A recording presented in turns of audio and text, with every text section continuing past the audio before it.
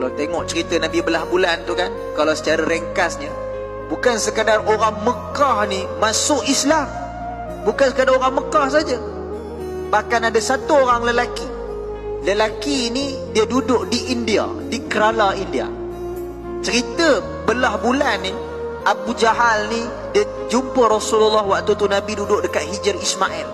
Muhammad, kalau kau boleh buat benda ini, kami masuk Islam semua. Nabi ni dia satu orang yang baik. Dia tak ada kata, engkau ni orang Penang ke bedok leceh kan? Macam tu, betul ya? Tak tahu betul ke tidak, main bantai. Duduk 3 hari takkan pandai cakap Penang terus.